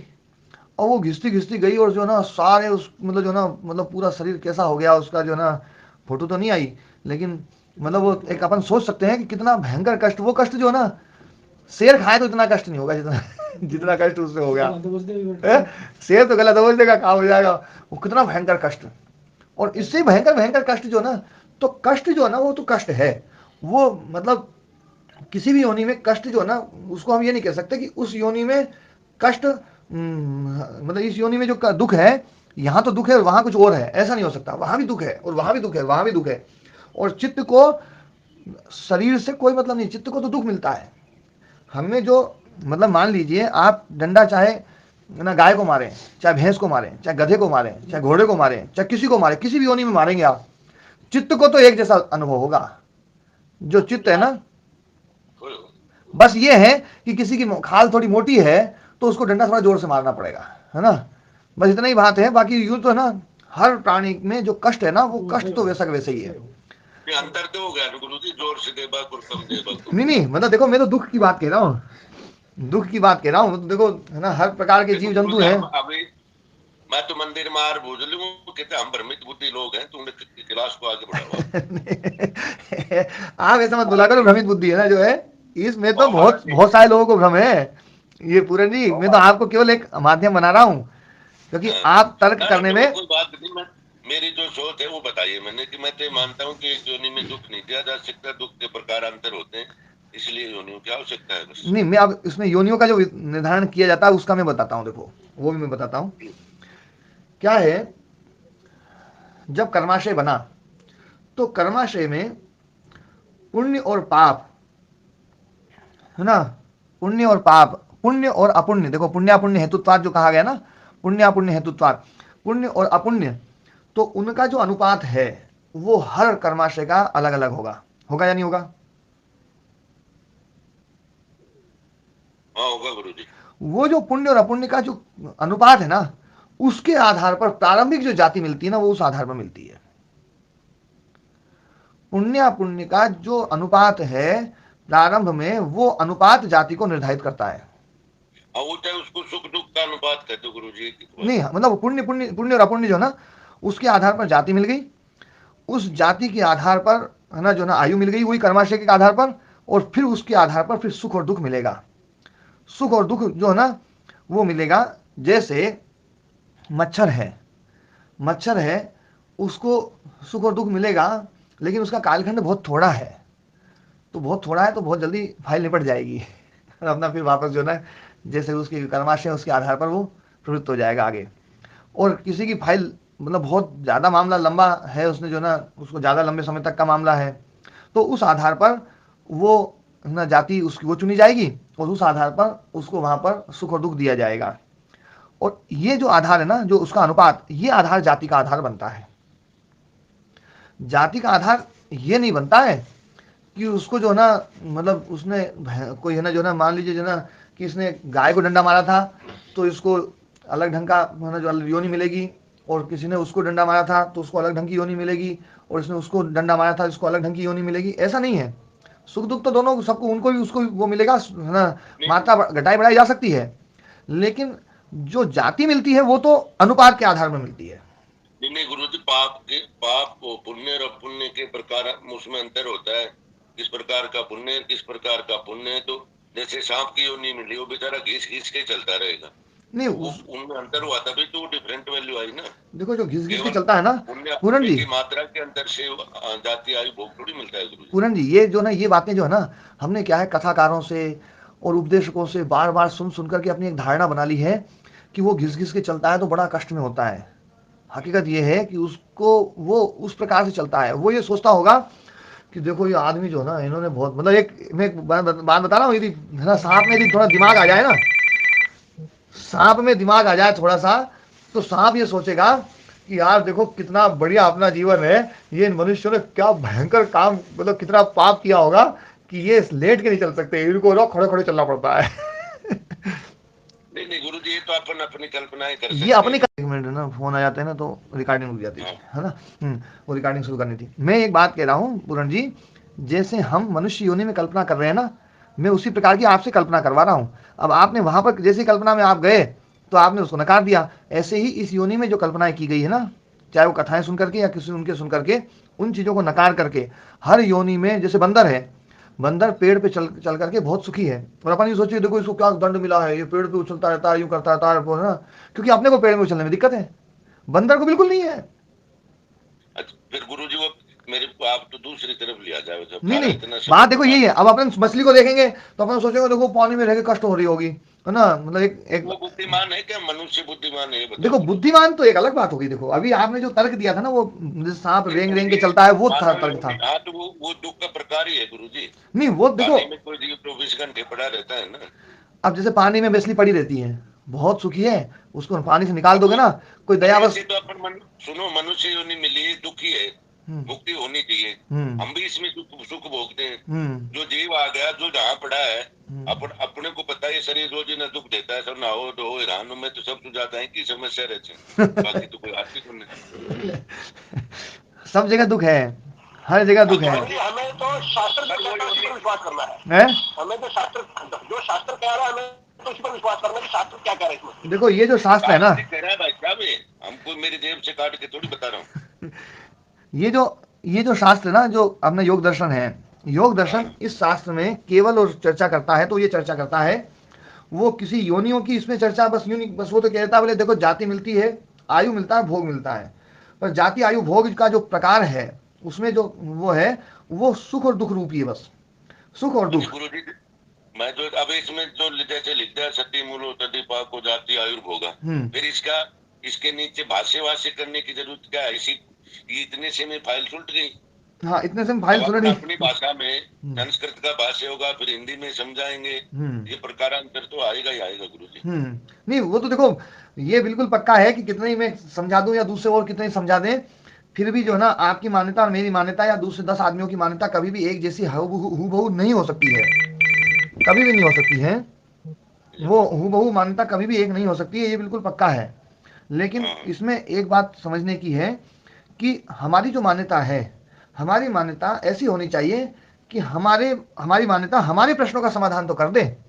मैं उन प्रश्नों को उठाने की बात कर रहा हूं, बस मेरे प्रश्न नहीं है, मेरे प्रश्नों का समाधान तो मेरे पास में है। मैं तो आपको जो समझाने का प्रयास कर रहा हूं बस इसलिए कर रहा हूं कि आज आपको ये प्रश्न नहीं उठ रहे हैं, कल को ये प्रश्न उठेंगे, आपके मन में भी उठ सकते हैं कि सांप जो है ना ये पड़े पड़े चल रहा है, ये दुख है ना, दुखी हो रहा है। कल को आपका प्रश्न ये हो सकता है कि यार इसमें क्या दुख है इसको, ये तो है ना अपन भी ऐसे ही हैं, अपन रेंग के चलेंगे तो अपने को दुख होगा, वो खड़े खड़े चलेगा तो उसको दुख होगा।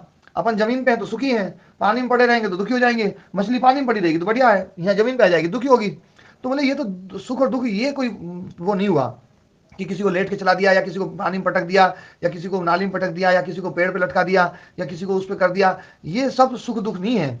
सुख दुख तो मतलब जो है ना जो मिलता है ना, जो दुखी होता है आदमी वो है दुख, और जो सुखी होता है वो है सुख। वो मछली भी है ना, मछली भी जो है ना जो दुखी होती है, बहुत दुखी होती है। कई बार उसको भोजन नहीं मिलता है, कई बार भोजन नहीं मिलता है, दूसरे जीव परेशान करते हैं, कष्ट देते हैं, वो सब वो जो है ना वो है दुख, उस रूप में भोग मिल रहा है। और मनुष्य योनि श्रेष्ठ इसलिए है क्योंकि यहाँ पर कर्म की स्वतंत्रता है, यहाँ पर कर्म की स्वतंत्रता है।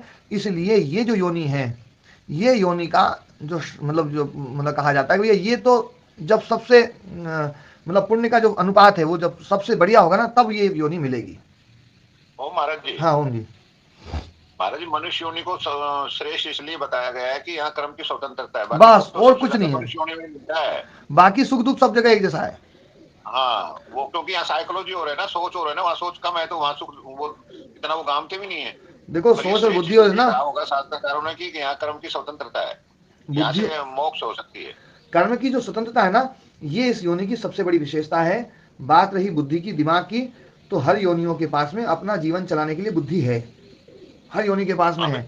इतना बढ़िया घोंसला बनाने वाले जीव हैं अपन नहीं बना सकते हैं, इतना बढ़िया तैरने वाले जीव हैं जो अपन नहीं तैर सकते हैं, इतने बढ़िया उड़ने वाले जीव हैं जो अपन नहीं उड़ सकते हैं, इतने बढ़िया जो जीव है ना जो इतनी तेज भागते हैं जो अपन नहीं भाग सकते हैं, अपन इतने बढ़िया जीव हैं जो ना इतना जमीन में गड्ढा खोद देते हैं अपन नहीं खोद सकते हैं, इतने ऐसे ऐसे जीव हैं जो बिल्कुल सूंघ के बता देते हैं कहाँ क्या हो रहा है, ऐसे ऐसे जीव हैं जो भूकंप आने से पहले सूचना कर देते हैं, वो अपन नहीं बता सकते हैं। खूब लाख मार की कोशिश कर लें लेकिन फिर भी जो है ना अपन अलग अलग प्रकार के यंत्र बना लेंगे, खूब बना लेंगे, तो भी प्रकृति में जो जितनी भी जीव राशियां हैं उनको जो स्वाभाविक ज्ञान मिला हुआ है उसकी बराबरी कभी नहीं कर पाएंगे। ये बिल्कुल पक्की बात मान लेना। ये तो सबके पास में दिमाग भी है, सबके पास में वो है। कर्म करने की जो स्वतंत्रता है मनुष्य योनि में वो सबसे बड़ी विशेषता है, बाकी योनियों में कर्म करने की स्वतंत्रता नहीं है। और इसकी इसको श्रेष्ठ योनि कहा गया है, बस और कोई नहीं है। हाँ जी। और देखो ये जो बात मैंने आज जो छेड़ी थी उसमें मैं चाह रहा था मैं दूसरी तरफ इशारा करने के लिए। एक बात तो ये कि ये कर्माशय जो है ये एक भविका कर्माशय कहा गया है। एक भविका कर्माशय का अर्थ क्या है? एक भविका कर्माशय का मतलब है कि ये कर्माशय कोई बहुत लंबा नहीं है, ये एक जन्म से आया हुआ, एक जन्म का कर्माशय बंडल बनाया है, उसने फल देना शुरू कर दिया है, वो फल दे दिया उसने, पूरा फल है ना जो ना वो देता जाएगा। और फिर कर्माशय जो है ना मतलब जो है अपना फल दे करके अगला जन्म में फिर कर्माशय को बढ़ाना शुरू करो मनुष्य योनि में, फिर है ना जो है ना।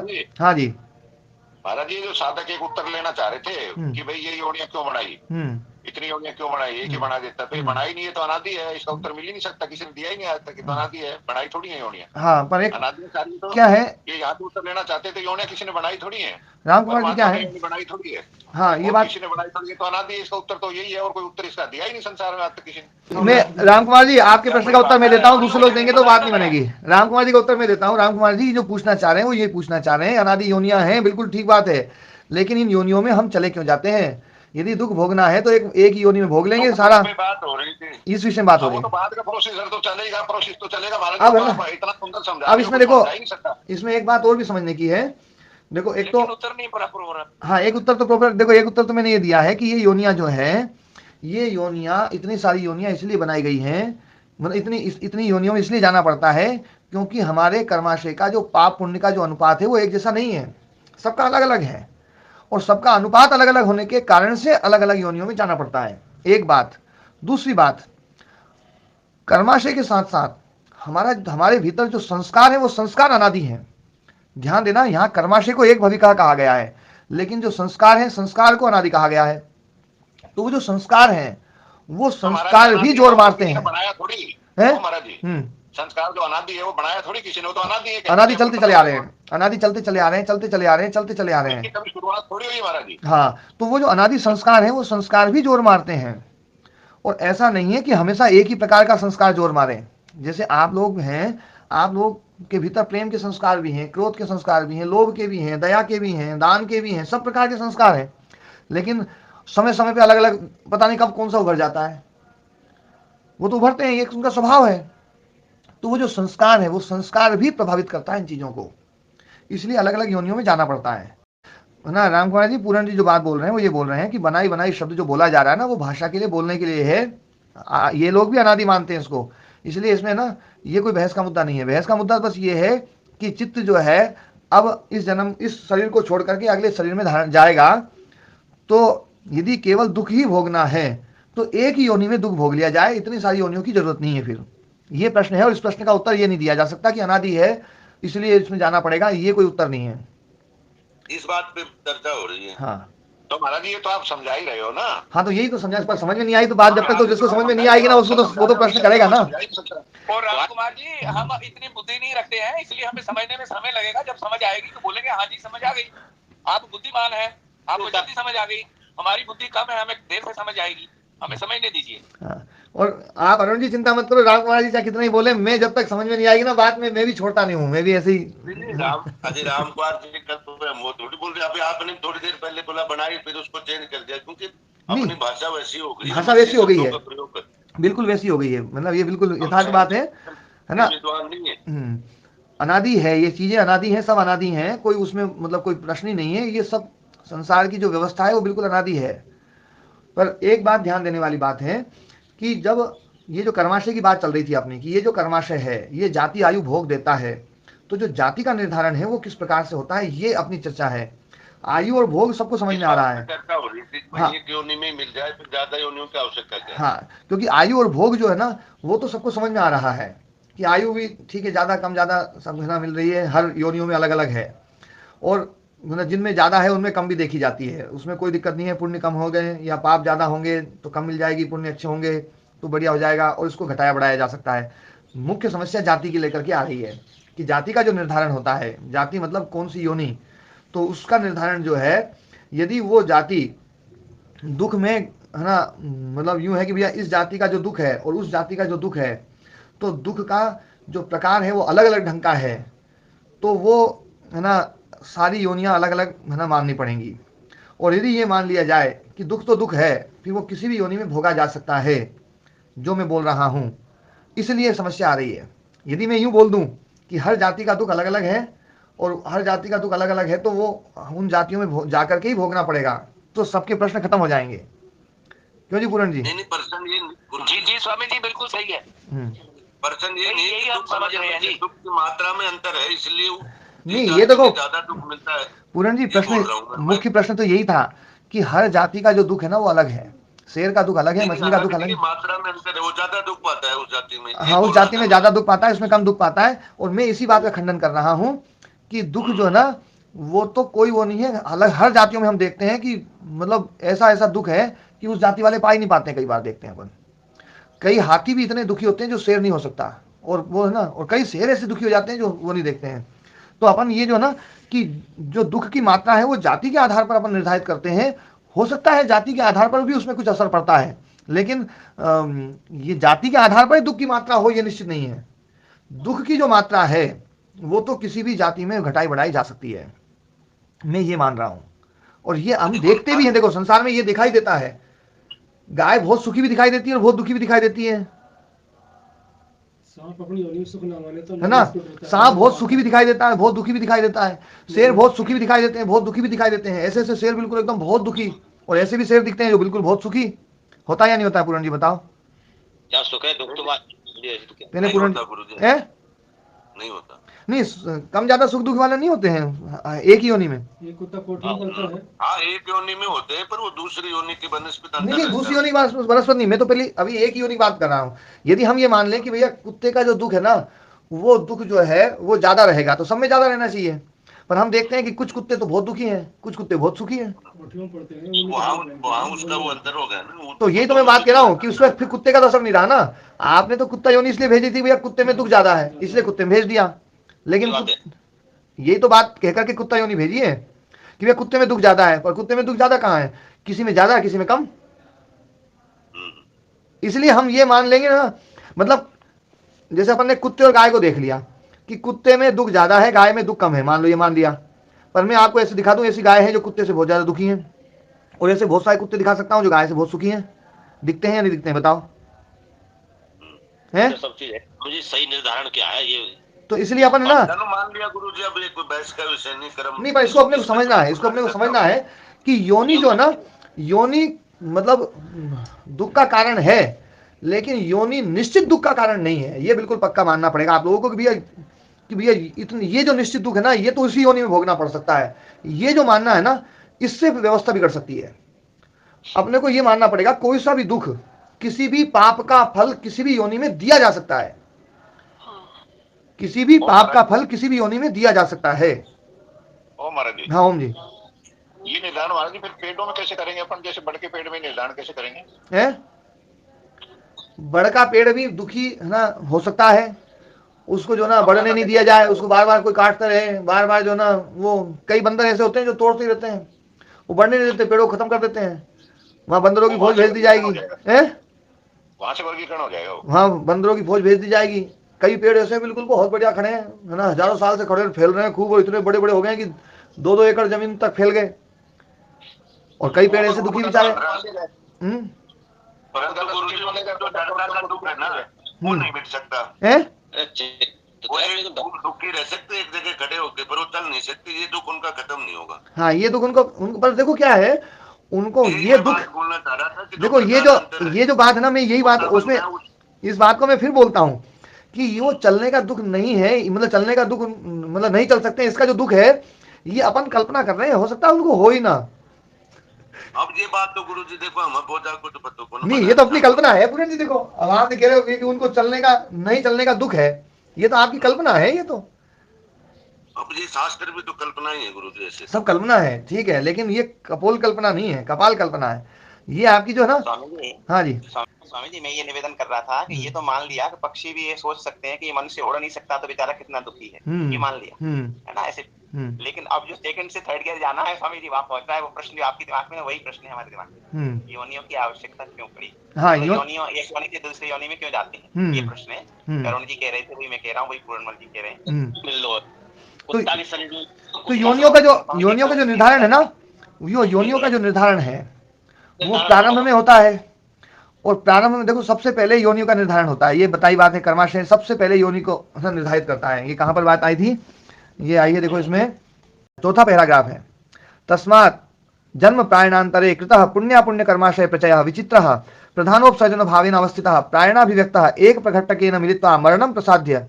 मतलब यहाँ तक की पूरी बात है कि भैया पुण्य अपुण्य कर्माशय प्रचय है, बड़ा विचित्र है, और है ना प्रधान उपसर्जन भूत है, कुछ उसमें प्रधान है कुछ गौण है, तो वो एक प्रघट्टक बन करके मिल करके मरणम प्रसाद्य मृत्यु को प्राप्त करा करके सम्मूर्छितम एकमेव जन्म करोति, एक जन्म को ही करता है। अब एक जन्म करता है तो वो जो जन्म है वो पहले आयु को पैदा कर रहा है। देखो सबसे पहले आयु आ गई, फिर तच्च जन्म तेनैव कर्मणा लब्धायुष्कम होती, फिर वो जन्म जो है ना उसी है ना कर्माशय के द्वारा आयु को प्राप्त करता है। तो पहले जन्म है, फिर आयु है, और फिर भोग है। अब ये जो जन्म है, ये जन्म जिस समय दिया गया है कर्माशय के द्वारा, देखो कर्माशय इन सबका करता है, कर्माशय करने वाला है, कर्माशय जन्म दे रहा है, कर्माशय आयु दे रहा है, और कर्माशय ही भोग को संपन्न करा रहा है। तो वो जो कर्माशय है उसमें पाप पुण्य का जो अनुपात है वो अलग अलग होगा या सबका, या एक जैसा होगा सबका? अलग अलग होगा। यदि सबका एक जैसा हो तो फिर एक योनि चलेगी, और यदि सबका अनुपात अलग अलग है तो ये योनियों में भेद आएगा। ये अनुपात ही इनमें भेद करता है। ये योनियां ना हो तो मनुष्य जिएगा कैसे? दूसरी बात है ना, जो है इस व्यवस्था को चलाने के लिए, जैसे मनुष्य का जो जीवन है, हम देखो ये जो व्यवस्था है ना, ये कर्मफल वाली व्यवस्था, इसको हम कर्मफल व्यवस्था को बोलते हैं भोग। क्या बोलते हैं? भोग बोलते हैं ना। ये जो भोग है, ये भोग हमें जो मिलता है ये जड़ के द्वारा नहीं मिलता है, ध्यान देना। जड़ के द्वारा हमें ये भोग नहीं मिलता। मैं यहाँ पर जड़ शब्द किस रूप में बोल रहा हूं, मतलब ये प्रकृति और चेतन वो नहीं। दो प्रकार की सत्ता है इस संसार में। एक वो सत्ता है जो चेतना से युक्त है, जिसमें निर्माण चल रहा है, जिसमें विकास हो रहा है, और एक सत्ता वो है जिसमें कोई निर्माण नहीं हो रहा है। जैसे मेरे सामने एक टेबल रखी हुई है ना, अब ये जो ना, इसमें अब निर्माण नहीं हो रहा है। ये जब पेड़ में थी तो लकड़ी बनी ना, वो लकड़ी बनी थी तो वो है ना हो सकती थी, लेकिन ये जो लकड़ी है अब लकड़ी बन गई है, या कोई मतलब है ना पत्थर है, या कोई ईंट की दीवार है, या कोई ये सब चीजें जो है ना, ये सब जो है, तो इसमें एक जड़ रूप है, एक चेतन रूप है। तो जो चेतन रूप है, एक बात सुनो, पहली बार पूरी बात सुन लो। जो चेतन रूप है वो, उनमें जो है ना, जो भी परिवर्तन होता है, जो भी विकास होता है, वो भोग के रूप में होता है। और भोग के रूप में होता है तो उसमें क्या है कि जो स्वतंत्र मनुष्य है, उस मनुष्य को भोग दिलवाने के लिए गाय या घोड़ा या हाथी या ऊंट या सब जीव चाहिए। इसको भोग दिलवाना है। उसको तो कष्ट ऊंट की बजाय बैल में भी बना देते तो भी है ना, उसको उतना ही कष्ट दिया जा सकता था। शेर बना देते तब भी उतना ही कष्ट दिया जा सकता था। हाथी बना देते तब भी उतना कष्ट दिया जा सकता था। सब कष्ट दिया जा सकता था। लेकिन चूंकि मनुष्य योनि को है ना उस प्रकार का भोग देना है, जो भोग घोड़ा दे सकता है वो है ना गाय नहीं दे सकती है, और जो भोग ऊंट दे सकता है वो भोग बैल नहीं दे सकता। ये तो मानते हो सब? हाँ जी समझी, मानते हैं ये तो। जो भोग गाय दे सकती है वो कुत्ता नहीं दे सकता, और जो कुत्ता दे सकता है वो गाय नहीं दे सकती। इसलिए उस भोग के लिए उनका आवश्यक है, उनकी आवश्यकता है। वो जो भोग है उनको तो दुखी होना है, उनको तो चाहे किसी भी योनि में भेज तो दुख दे देंगे। जैसे अपने पास में मान लीजिए 100 कैदी आ गए, अपन जेल के सुप्रिटेंडेंट हैं, और 100 कैदी आ गए, और 100 कैदी आ गए। 100 कैदियों को भैया मतलब इनको जो है ना इनको सश्रम कारावास है। सश्रम कारावास मतलब श्रम सहित उसमें मेहनत भी कराई जाती है। तो मेहनत कराई जा सकती है, तो सबके लिए मेहनत है ना का विधान है कि भैया श्रम करेंगे। तो श्रम करेंगे तो क्या करेंगे? जेल का काम करेंगे। तो जेल में जो काम है, तो किसी को भैया उसमें लगा दिया, भैया तुम घास छीलो, तुम जो है ना पेड़ की कटिंग करो, तुम भोजन बनाओ, तुम साफ सफाई करो, तुम वो करो। ये जो काम करवाए जा रहे हैं ये वहां उसकी आवश्यकता है, इसके आधार पर काम में निर्धारण किया गया। दुख तो समय है ना, दुखी समय होगा वो। उससे चाहे भोजन बनवाएंगे तो भी दुखी होगा, पराठा बनवाएंगे तो भी दुखी होगा, सब्जी बनवाएंगे तो भी दुखी होगा, घास छिलवाएंगे तो भी दुखी होगा। वो सारे काम में वो दुखी होगा। उससे उसका दुख लेना मतलब उसका परिश्रम उससे करवाना, उतना परिश्रम करवाया ही जाएगा, चाहे वो परिश्रम किसी से भी मतलब कोई सा भी करवा लिया जाए। तो जो मनुष्य योनि है, उस मनुष्य योनि में जो भोग है या दूसरे जीवों का जो भोग है, एक दूसरे का भोग भी इसमें आश्रित होता है। गाय बनी है तो स्वयं के भोग के लिए नहीं बनी है। ध्यान देना, मैंने जो बात बताई ना कि इस संसार का विधान यह है कि भोग जो मिलता है वो योनियों के द्वारा ही मिलता है। योनि मतलब जीवो जीवस्य भोजनम, सुना है ना वाक्य एक? हाँ जी। जीव का भोजन है। अब अपने को भोग चाहिए, अपने को पालक भी चाहिए, मेथी भी चाहिए, बथुआ भी चाहिए, सब चीज चाहिए। तो चाहे पालक बना दो किसी को, चाहे मेथी बना दो, और चाहे गाजर बना दो, चाहे मूली बना दो, उनको तो वैसा वैसे ही कष्ट होना है जो होना है उतना। लेकिन गाजर और पालक बनने से अपने भोग में परिवर्तन आ जाएगा। और वो जो परिवर्तन है उसके लिए इतनी सारी योनियों की आवश्यकता पड़ेगी, दूसरे के पूरक है, क्योंकि एक दूसरे का भोग देना है। हाँ जी अरुण चौधरी जी। हाँ नीतू जी क्या पूछ रहे हैं? पूछिए। ये प्रश्न हो गया मन में एक और आ गया। हाँ। मनुष्य को भोग देने के लिए सारी जातियां बनानी पड़ी। हाँ जी, मनुष्य को भी और दूसरे जीवों को भी अलग भोग दे सकती है, दूसरे जीवों को भी भोग देना पड़ा, दूसरे जीवों को भी भोग देना पड़ा। लेकिन वो फिर उस समय तो वो परतंत्र हो गई कि उनको मनुष्य को जो देना है, भोग देना है, उसके लिए वो परतंत्र हो गए, आपको तो जाति में जाना ही जाना है। देखो परतंत्र हो गए, और उनको जितना कष्ट देना था उतना कष्ट उनको जबरदस्ती, क्योंकि उन्होंने मनुष्य को भोग देना है। हाँ बिल्कुल सही, इसमें क्या दिक्कत है? फिर हमारी क्या स्वतंत्रता रहेगी? नहीं, मनुष्य तो स्वतंत्र है, बाकी जो जीव हैं वो तो परतंत्र है ही। हाँ ओम जी, फिर उन जातियों की आवश्यकता देखो मैं यदि मैं पूरा बोल दूं एक बार तो शायद आपके प्रश्नों का समाधान हो जाएगा। मैं पूरा बोल देता हूं एक बार थोड़ा सा। तो क्या है, जीव जीव का भोजन है, वो सारे जीव जो है एक दूसरे के भोग को भी दे रहे हैं, स्वयं का भोग भी भोग रहे हैं और एक दूसरे का भोग भी दे रहे हैं। जैसे हिरण है, हिरण को शेर ने मारा, तो हिरण को शेर ने मारा तो हिरण को जो कष्ट हुआ है वो उस कष्ट से हिरण का भोग कटेगा या नहीं कटेगा? कटेगा। और शेर ने भोजन किया, उससे उसका भोजन उसका होना वो कटेगा कि नहीं कटेगा? उसका भी भोग हो गया, इसका भी भोग हो गया, दोनों का भोग है। दोनों का भोग जो है वो होता है, मतलब हमने को पालक खाई हमने, तो हमें अपना जो कर्माशय वो भी मिल गया, और पालक जो कटी है उसका भी भोग हो गया और उसकी मुक्ति हो गई उसका उस दुख से, और अपना वो आगे कर्माशय उसका फिर आगे उस हिसाब से फिर चल पड़ेगा। ये पूरी प्रोसेस है। एक एक जीव जो लगे हुए हैं वो अपना दुख भोग रहे हैं, वो अपना दुख भोग रहे हैं, उसके साथ साथ उन जीवों से उत्पादित होने वाली चीज के द्वारा वो दूसरा जो व्यक्ति है उसका भी भोग ना समाप्त हो रहा है, उसका भी भोग पूरा हो रहा है। यही प्रोसेस मान करके हम चलेंगे तो बात बनेगी, नहीं तो नहीं बनेगी। हाँ। जैसे कोई चीज पड़ी रहती है उसका कोई उपयोग नहीं करता, जैसे कोई सब्जी मान लो पालक खड़ी है किसी ने नहीं काटी तो किसी का भोग नहीं बना। फिर देखो बिना भोग के तो यहाँ कोई भी चीज ना नहीं हो सकती, हर चीज किसी ना किसी प्रयोजन के लिए है, किसी न किसी का भोजन होगा, वो पक्का है भोजन। मैंने पहले भी इस बात को कहा था, तब सब लोगों ने स्वीकार किया था कि एक सेव फल में यदि जो ना क्रिया हो रही है तो वो तो समझ आई। हाँ वो बिना भोग के कुछ नहीं बनता। हाँ बिना भोग के नहीं बन सकता। तो अरुण जी अब स्पष्ट हुई बात? मन तो नहीं, मन में नहीं हो रहा था। अच्छा, ये भी हो गया कि फिर वही बात तो हम भी यही कह रहे थे कि सभी जो योनियों में हमें जाने की आवश्यकता है, क्योंकि हमें अपना भोग किसी दूसरे को देने के लिए भी हमें कष्ट उठाना है। तो फिर इसलिए सभी जातियां बनी हुई है इतनी सी, और हमें हर जाति में जाना पड़ेगा और हर जाति में जाके अलग किस्म का दुख भोगना पड़ेगा। देखो इधर सुनो, इधर सुनो, इधर सुनो, इधर सुनो, एक बात भी यही प्रश्न कर रहे थे। एक बात फिर सुनो, शेर ने हिरण को खाया तो हिरण का अपना भोग था और शेर का अपना भोग था। अब इसमें कोई व्यक्ति यदि ये सोचता है कि ये तो शेर का हिसाब था जो हिरण के साथ उसने किया है, ये गलत है।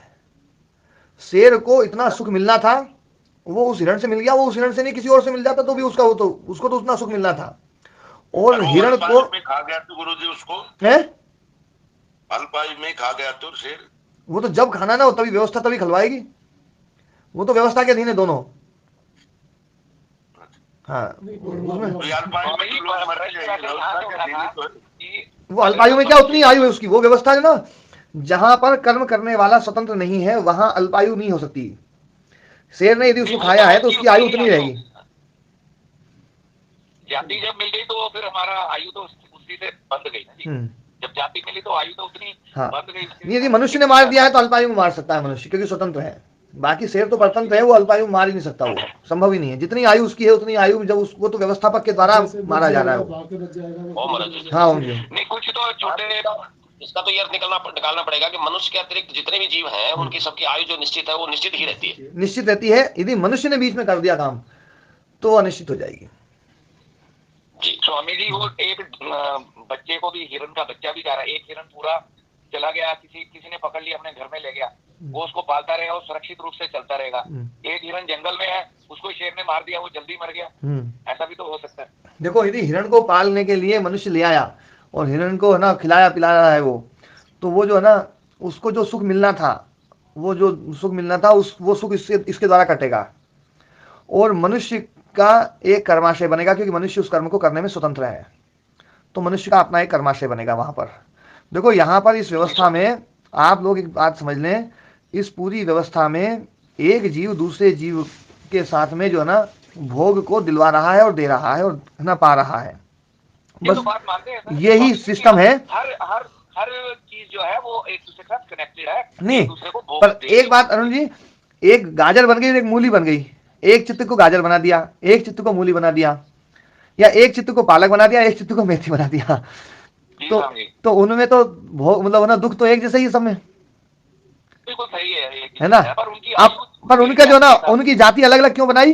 क्योंकि वो मुझे जो है ना, मुझे नहीं, मनुष्य के लिए जिसको खाना था ना, उसको पालक के द्वारा भोग नहीं दिया जा सकता, उसको मेथी के द्वारा भी भोग दिया जाएगा, क्योंकि पालक से मैं इतना वो नहीं खा पाऊंगा, है ना। पालक के सामने मेथी भी चाहिए, और मेथी के सामने गाजर भी चाहिए, और गाजर के सामने मूली भी चाहिए, इसलिए योनियां बनी है।